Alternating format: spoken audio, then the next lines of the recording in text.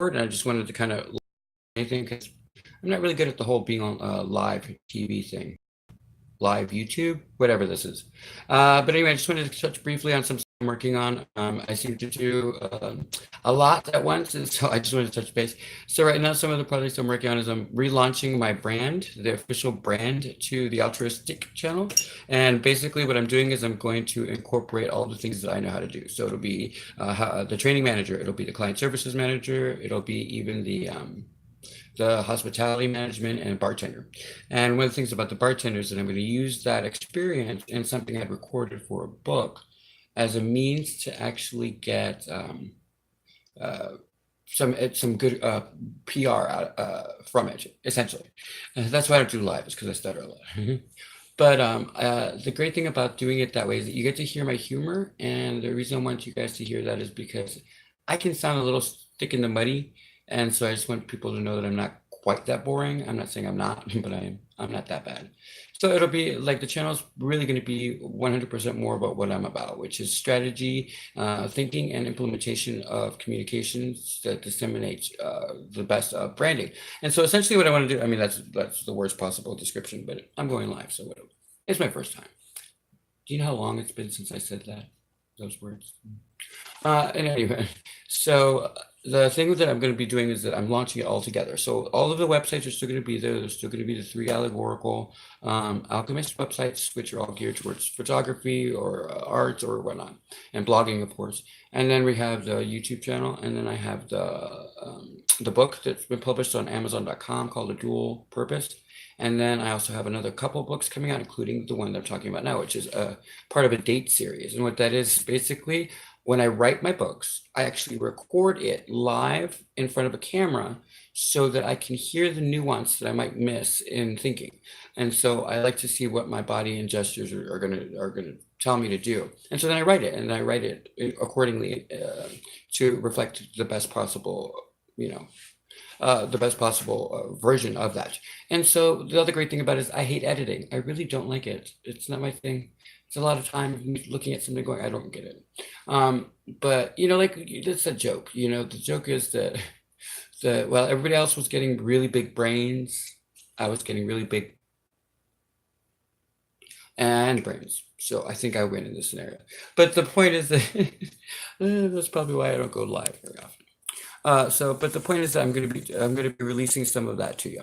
So, releasing it, I'm going to be using it as a promotional with the branding launch, and so it'll be I think tomorrow I'm putting it out there, and it literally is just me talking to essentially a camera and the guy that was like filming it for me, and it's for the book, but I'm sitting there, I'm cracking myself up. So hopefully it translates well. But it's definitely part of who I am, and since the brand that I'm launching right now is tied specifically to me, because I couldn't make it any harder if I tried in that particular avenue. But you know, who knows if I'm even that amusing.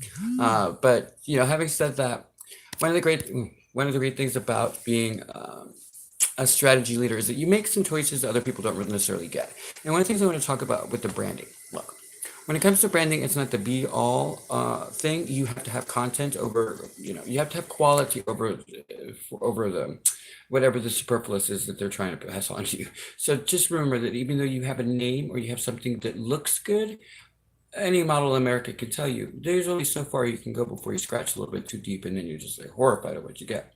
So just be, you know, be aware of the fact that it's not just about the branding; it's about what the branding is of, and so that's really important. And so for me, it has to do with like the charitable events and the fact that I like to do tutorials and I like to do guest speaking spots, which is why I took the bartending job, because that I'm an INTJ personality, so that actually helped me get out of myself. I was one of those kids that was like a loner kid. I never gave a crap about anybody's opinion of me. And so it's kind of one of those amusing things in life that you kind of just, it is what it is. It's just like, I don't care. And it just developed got worse and worse as I got older. But it's a good strategy leadership thing because it lets me stay outside of the circle and I get to observe. But one of the things that I wanted to bring up regarding that is with strategy leadership. One of the things I wanted everybody to do, or at least think about, is to go ahead and start practicing the what if scenarios. What if scenarios are amazing. They are like the best thing you can do for yourself, especially if you're an entrepreneur or a leadership of any type. because you're going to be able to work out stuff that you normally wouldn't. I do it live on camera because I'm narcissistic to some degree, I guess, but also I don't like with the sound of my voice. And as a public speaker and someone that goes around lecturing or speaking to schools to young adults and to people in general, from a strategy standpoint, it is a good idea because then it was able for me to get out of my head and not worry about the voice and worry about the content. And so it's just one other level of like a strategy thinking. So the thing that I recommend to everybody else is that there are a million different types of leaders out there. Well, not a million, I'm exaggerating, but there are a lot of different leaders out there. And one of the things that you have to remember is that I specifically always tell people, strategy leadership is just a different way of looking at stuff, and it's that you're constantly in it all the time. It's really hard to maintain that mentality all the time because you're constantly looking at everything from all sides at any given moment. So it's really hard for you to actually allow yourself to just relax and to say, okay, I'm going to feel this way about something controversial, child molesters. I have my personal opinion on that. But as a strategy leader, I can't ever in public ever engage what I actually think about it. It's like being a reporter. The only difference is though that I do it because it's not that I'm getting like I don't. It's not going to do something for my career. It's about the fact that my brain just doesn't. My brain goes, I mean, I get, I have my feelings about this, and they're not positive, but it doesn't change the fact that they exist and that I'm supposed to look at it from an analytical stance. And so it's one of those things that you kind of get used to, but you don't want to live in it unless you absolutely have to, is what I'm saying. But you do want to engage it. So the what if scenarios are a great way for all of us to kind of get to that level. And one of the best things I can give you as advice is you don't have to make it boring. Like I always tell people, engage it in an intellectual way. If you have a little bit of a dry wit, it's a great place to get your one zingers in. Like, just start thinking about what would happen if somebody insulted you. What would be the best way to literally respond to them in their face and not blink an eye? And then it'll be about 2 minutes later when they realize you just annihilated them. And so that type of like that fun, the frivolity behind it is so worth it. And I just think that for all of us that are getting to a certain age or leadership types, we have to remember that we may not have a strength in XYZ leader, but we do have it in our leadership. And so you have to pick out, if you're an intellectual democratic leader, then you have some really great qualities about you that I don't have. I really don't care what your opinion is of what I'm telling you to do. You do, and I think that's great because I probably wouldn't be as successful as I am if I wasn't surrounded by democratic leaders because I just don't give a care. But everyone has their strengths. And so go with your strength. And if you're very witty, then I would recommend using your wit as you prepare for your strategy thinking. And instead of having to live in it like I do all the time, or like other strategy leaders, you can look at it from a standpoint of very limiting time, 10 minutes a day. 10 minutes a day, you assign yourself, think 3 different scenarios in which you would do something. What if this happened? What would I say? And then you start to develop it more and more. And then the 3 becomes 6, becomes 9, and so on and so on and so on. So it's just another way to engage yourself in a really positive way that leads to something super beneficial. It's all about strategy thinking right now. The market's changing pretty dramatically. Every time we turn around, there's something else. There's a monkey in the White House who's driving me up the wall, but luckily I just stopped paying attention to him. I just realized that you guys can see that I'm in a tank top. Well, I am, because it's late and I'm tired. And I'm moving. So there's a lot going on in my world. But I'm really happy with the channel. And that was part of the strategy. So just remember, if you're branding yourself, remember branding is it's a means to the end, not the end. And so just be advised that there are things you're gonna have to bear in mind. When you brand yourself, always make sure that you stay true to your voice and who you are. And the reason I say that is because you can only keep up a charade for so long before someone can tell that it's bullshit. And so instead of that coming across, especially when it comes to your brand, because it's so tied to your company, I would just not risk it and just be as honest as you can as possible. The one thing I used to tell my clients that used to work the most was to tell them to put in their voice, like when they add their voice to their company and when they're branding themselves, to put the best quality that they have within themselves up front, some variation thereof. And then take the worst quality and address it in what you address as a company.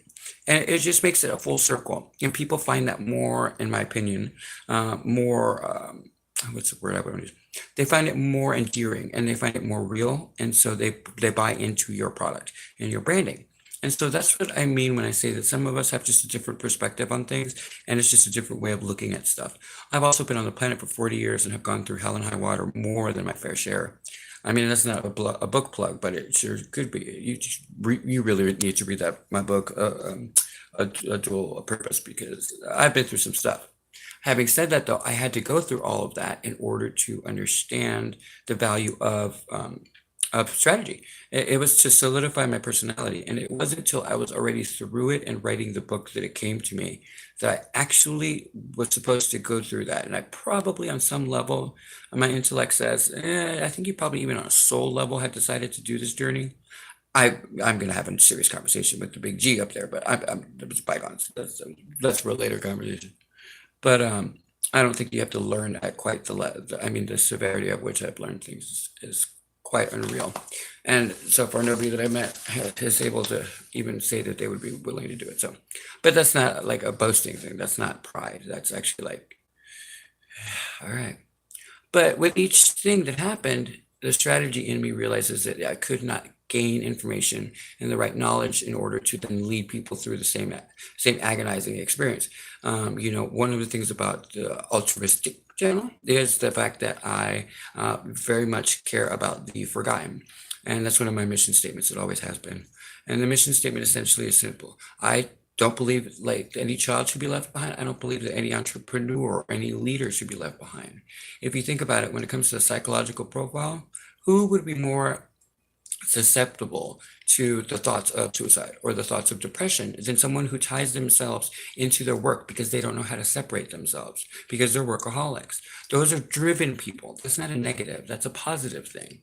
The problem is that we tie ourselves to it and we don't talk about the fact that you need to separate the two. If you fail at work, you failed at work. It has absolutely nothing to do with you personally for the most part, unless you screwed up. And then if you did, okay, so everybody makes a mistake.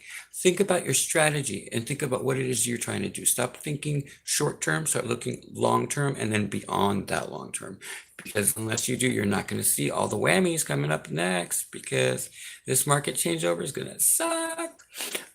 It's going to be rough. But at the same time, I got to tell you, if you're doing the research like I am, there's a couple things you got to be aware of. There's some markets that are going to boom that you did not expect.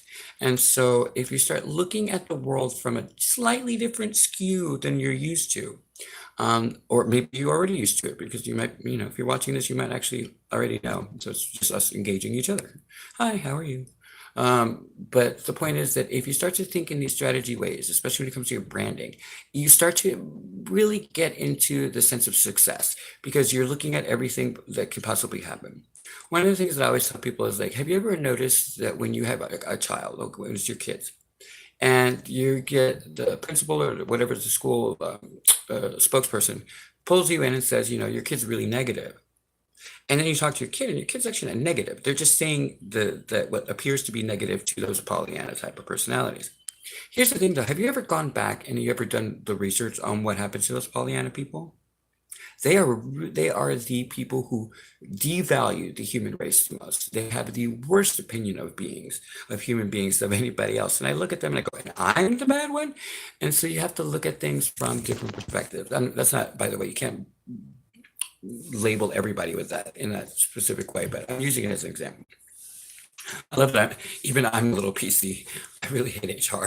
HR and I are not friends, but that's why I left California. Actually, is I could not care less about HR. I one time got in trouble. I got fired one time. The same job that I mentioned at one of the other things where I won an award for the previous year because I'd taken the company from like the top. I think it was like one of the worst ranked customer service departments in survey history. There's a survey house, and I took it in 1 year to be number 5. And frankly, I think it could have done better, but I was only in my 20s. So that next week, the very next week after winning that award, I got myself fired because I cursed out at my employee for being a dumbass. And so ever since, I just don't give a flying what HR has to say to me. I just tell HR, look, we're not going to get along. Just load me up with all the paperwork you're going to need me to sign now because it's just not going to go very well. And then I just try to be responsible to some degree. The other thing I wanted to mention before I take off for the night, I see that I'm already at 15 minutes. This is the most I think I've ever talked on camera. I talk to myself all the time. Actually, the other day I found myself answering myself, and you know what? I was really funny. Yeah, I hate that moment. I think I'm turning into that old man. As long as I don't get any cats, I guess, or any other type of animal. I'm too selfish. I don't have time. Um, but I forgot what I was saying now. It's one of those things. That's why I don't do live TV. That and because you always have some idiot writer, and I'm a writer, so I can say this, some idiot moron writer who waits till the actual day of shooting to change that one line that you have that's going to be the most complicated line, and they change it right as you're about to go on, and it screws up the entire night. That, yeah. So I hate editing, and I hate that part. But what I was going to say is with the branding. So when you do your branding, one of the things that you should also do besides the what if scenarios and walking within that shell is also look at yourself from a fail, like a what if I failed stance. What would I say to myself in the future? And the reason I say that is because if you say what you're going to say in the future, then if it ever happens, you don't even bat an eye, and your self-esteem survives that much better. Look, at the end of the day, we all make asses of ourselves regularly. And basically, what I look at it this way is if when it comes to your branding, basically, if you're making an ass of yourself, then that's fine because it's your brand. You get to choose which cheek gets to smile the widest if you want, if you know what I mean. No one else has to take the merit of whatever the consequences. They don't have to deal with the repercussions. It's your decision. So make sure that your values are true to that core. Don't be an asshole. Don't sit there and be like, hateful or anti-Semitic or homophobic or say the N-word. Like, don't go that route. Like, that's just asinine. You're not going to get anyone. And then the people you do get, they only wear white. It's so stupid. So it's just don't do it in a negative way. But you can do it in a very antagonistic way without actually being that way. And so that's where the strategy comes in. So I just recommend everybody take a little bit of time tomorrow to think of something, like when, a perfect example. You know that moment when you were like in junior high, I guess it was when I used to see this the most. I have a big state right here, sorry. I don't care, but at 40, you think it would be gone. Uh, uh, I don't have a filter. I've never had a filter. But one of the things that you learn that I used to watch people get into a lot of trouble with, especially in junior high, when we were making the transition over to high school, was people who care too much about other people's opinions. And luckily for me, I was really popular, but it was because I just could care less. Like, man, I just didn't care. And people like kiss my ass, and then it made it even more uncomfortable. And if you ever actually talk to the popular kids like us in school, we did not like it. Like, it was not fun. It's basically your life that you experienced for yourself in high school. Only we make it to the point where we try to destroy each other. Like, picture being in a gay fraternity 24/7. And that is what being popular is like. Everybody's either putting pressure on you to be stupid and outrageous or to be goody two shoes, and neither one of them fit most people. So just when you in that moment when you were younger, don't you wish you would have been able to engage? Let's say me when I was having a bad. I mean, I was going through puberty. I wasn't very nice, and I was having sex with everybody I could. So it wasn't like I was not getting attention, but at the same time, I'm never. I'm not going to kiss your ass for any reason unless I'm supposed to. Different story. But the point is that what would you have wanted to say to me on a bad day when I possibly looked at you in the wrong way and I said to you, I don't know, what did I say back in those days? It was something stupid. It was asinine. I'd be like, I'm glad to see that you got another A, buddy, because you're just an ass. Like just stupid stuff like that. What would you have said? And it's not that it's a big thing because it's usually the little things I used to watch people break down on. And that's why I don't. That's why I always tell people when you're popular, you're going to have a whole karmic retribution thing that's going to happen to you. I just didn't care. I mean, I went through mine fine, but because I never did anything out of ill intent. You had to purposely antagonize me in order for me to respond. And then by that point, baby, you were on your own. And there was no one anywhere in that school that was going to come between me and you. Because I have that. That's part of my personality is I am acidic when it comes to what comes out of my mouth if I want to. And I've made I've made grown men cry like babies. And I don't relish doing that. I'm not proud of that, but I'm just saying that's where my brain goes. So what would you have said when you were in junior high or high school in the ninth, 10th grade years when you were basically going to get your rep for the whole time? What would you have said now in retrospect that would have changed in your opinion of high school? What would have changed that outcome for you? And then think along those lines and what if that scenario all the way through. And then and then like literally look at it from that standpoint, because you will have one complete the cycle by doing so, because by the what if, in my opinion, you will literally be showing the universe that you have completed that full cycle. There's no need for you to go through that again. And so it's like a check off, right? Like we're not getting any younger, y'all. Our kids are getting old, so you know how old we are. And so with that in mind, you want to kind of check off these things as your bucket list. Let's just start getting on that bucket list. But what would have changed your vantage point? Because not only would you check that off for the universe, but you would check it off for yourself. Kids. Okay. So I already swore in this, so I apologize for the swearing. I'm not going to edit because I don't like editing. And it's also like 2 in the morning or 1, I don't know. It's late. I don't sleep a lot. But who knew? If I would have known that all that sleeping I did in high school and stuff, like I wish somebody would have told me I would not sleep as an adult, because I get a lot of work done, but it's not always coherent. But what I want to say about popularity. Okay. So I had an interesting conversation with with one of my relatives, and the problem that they were having is that one of my relatives is super smart and really, really pretty. And so it's kind of like a family thing, although you can't tell with the big zit. But it's kind of like whenever we have a problem, people are tempted to just kind of go, "Oh, well, you're really pretty. I hope you win," like that type of thing. And so but she's really super smart. She's like me, like a little bit on the GT side. Well, she is the GT, gifted and talented. So she tests a high, and so she's in the battle zone right now, where she's developing into a very beautiful girl, like visually just very pretty, and then very, very smart. And so she's trying to do that war that women rage right around that period, which is, do I circumvent my popularity and go with just my looks, or do I choose to be a brainiac and be looked at as not as important? I will never be prom queen.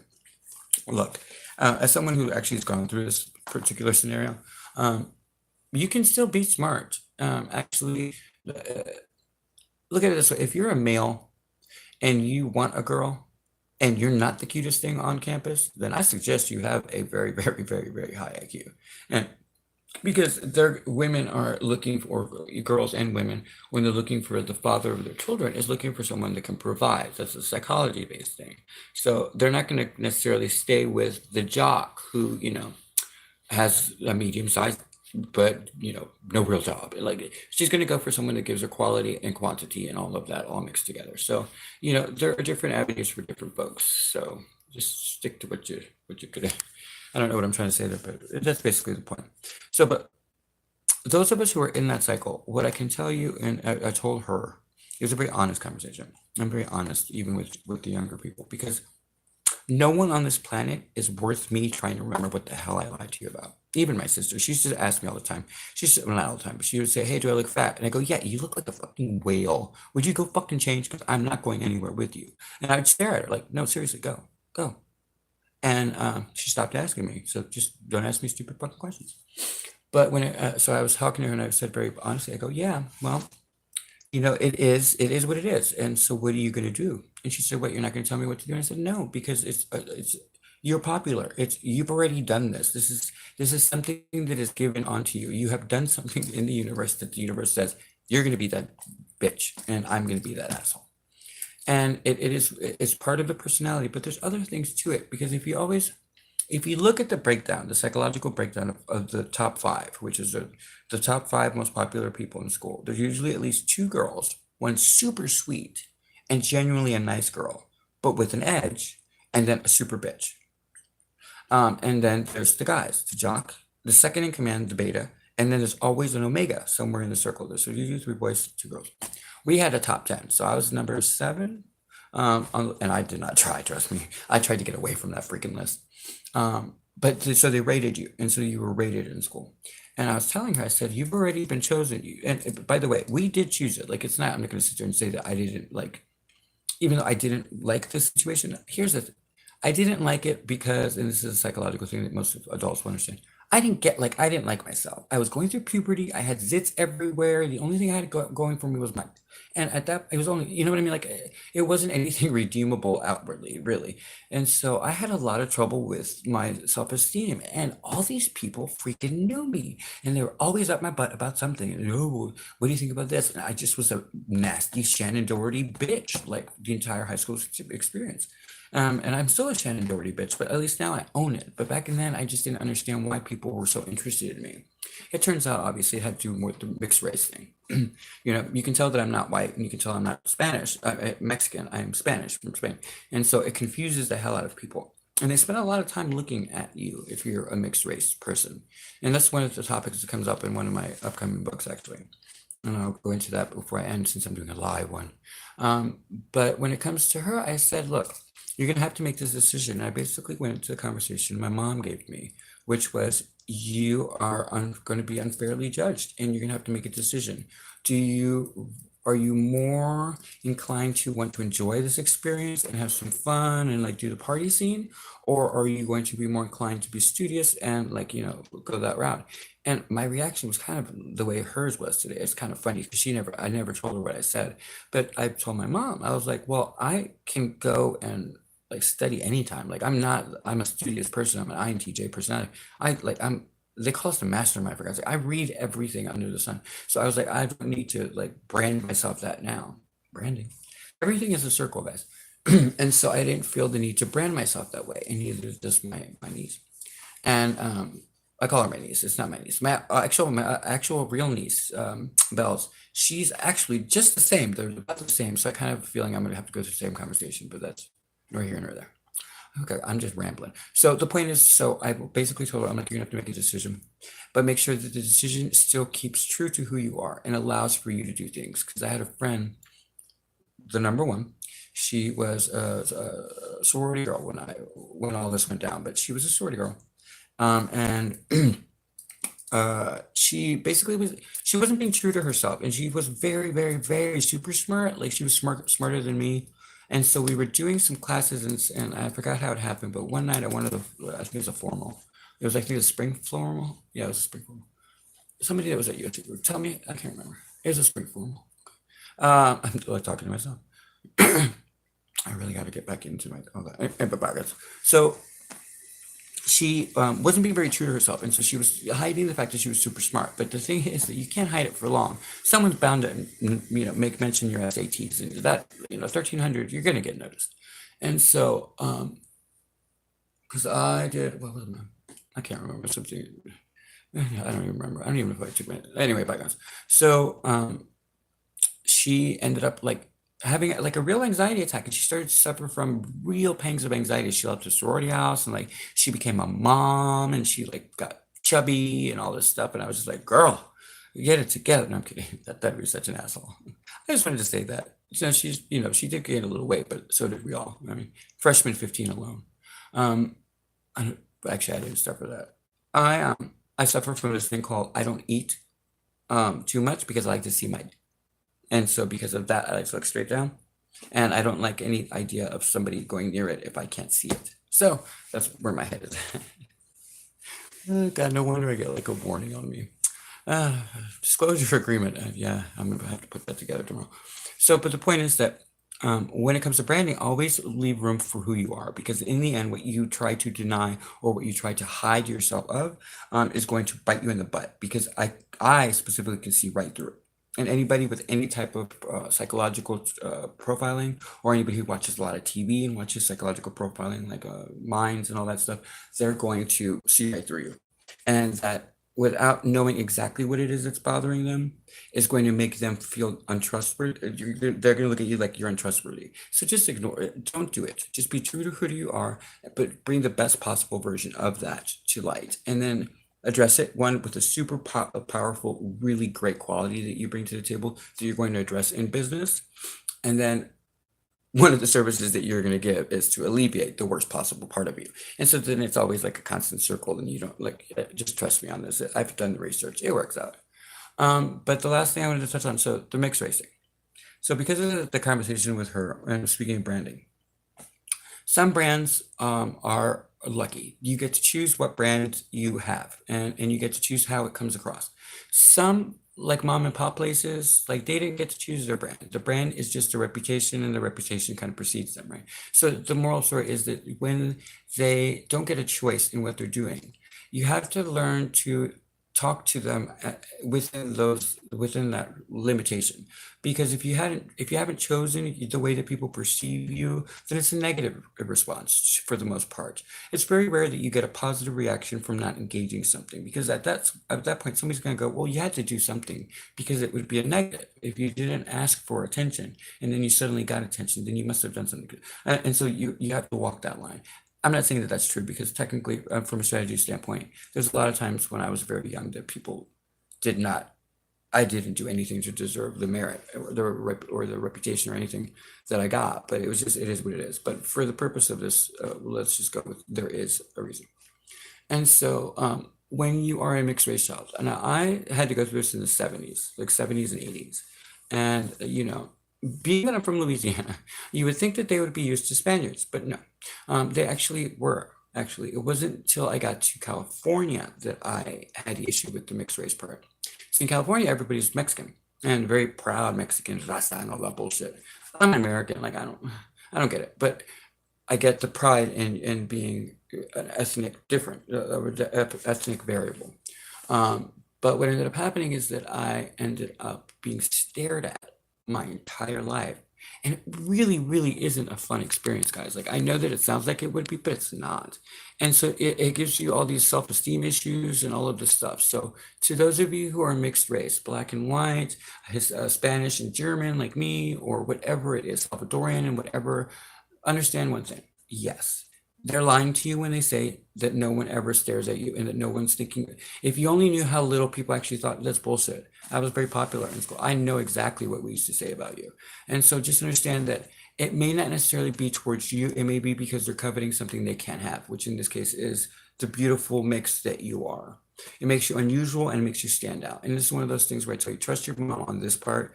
You want to look the way you look in about 2 years. Just 2 years, and the whole world opens wide up for you. But when it comes to being in that moment, I just warn you when you choose your branding, and this is all about branding, that I don't like what happens to some people. So I'm going to take an example, and this is not race related. It's just I'm going to take black and white mix as a prime example because of the cultural differences. They would sit there, and so like they would basically grill you when you got to, like, if you were new in school, and they would look at your demographics and stuff, and they would try to gauge it. That's what the circle would do to kind of hone in on what you're about and to decide whether we're going to be venomous or if we're going to be friendly. And so one of the things that I used to watch them do, and it's still done to this day with the queen bees and all that stuff, is that they encircle the person until the person basically is left deciding between the two races. And I always tell people, never do that. Because when you do that, not only are you denying part of who you are, because if you're black and white, you're part African American and you're part white, like whatever the white Anglo-Saxon fucking bullshit is, you're still part each part. So by denying that part of yourself, then you're building an issue within your own head. And then to boot, then the people on the receiving end who are proud of being who they are going to hate you. And the people that you just did that to impress, we don't like you either because we think you're a poser. And so you've already lost the scenario. So do me a favor, when it comes to branding at any age, whether you're doing it in popularity or as an adult, stay true to your core values, because in the end, we can see right through you. And the world is just, we've been taught to with education and matrix thinking and everything, the different realities, whatever you believe in. But God made us in his image. So we're smart enough to tell when that's bullshit. And so just don't engage us in that way. Your brand is supposed to represent the best part of you addressing the worst part of you, is just the way I operate. And when you're a kid, guys, look, they're going to talk about you, but you are meant to be you. And the mixed race part that they're staring at and judging you at, as someone who's been through it my entire life. I mean, I'm starting not to be as cute as I was, but I'm also, 40 years old, but it's worth it. Like in the end, it's because it makes you, it takes that certain something, the Jennifer Lopez quality, or you know how they say that some actors or some people have that essence of something that you can't really put your hands on. It's not really malleable. So I would say to you that that's what that part of what that is if you are a mixed race person and you have that exotic beauty ness to you, then own it and understand it from that and from the pain that you're experiencing from having to deny part of who you are, because you will regain it. So look at it's a full circle. But I just say don't deny it. Just start with the negative and just go with it, because at some point you will actually become the number one or number two in your high school scenario if you just follow the natural trajectory, because you've lived in it for so long, being a child and watching everybody stare at you and people telling you no, they're not staring at you, but you know they are. And so always trust your gut. And when it comes to your brand and who you are and your reputation, stay true to who it is that you actually are going to be tomorrow and the day after that and the day after that and the day after that, because it's a long term. It's not a short contract. And that's all I wanted to say. So I know I went the long way on this and it was a, oh, dear God, I don't think I've ever talked that much. But I hope you guys enjoyed it. I hope you have a fantastic day, and I will be back to you hopefully without the zip. Uh, and I hope you guys have an amazing life. If I don't see you soon, just understand that don't forget that we need to remember everybody, and that all leaders throughout the globe and all entrepreneurs should finish the race with us. So, no forgotten. We go back and get everybody. And I hope you guys have a wonderful day. Have you made a mistake today? Bye. Oh, I talk forever.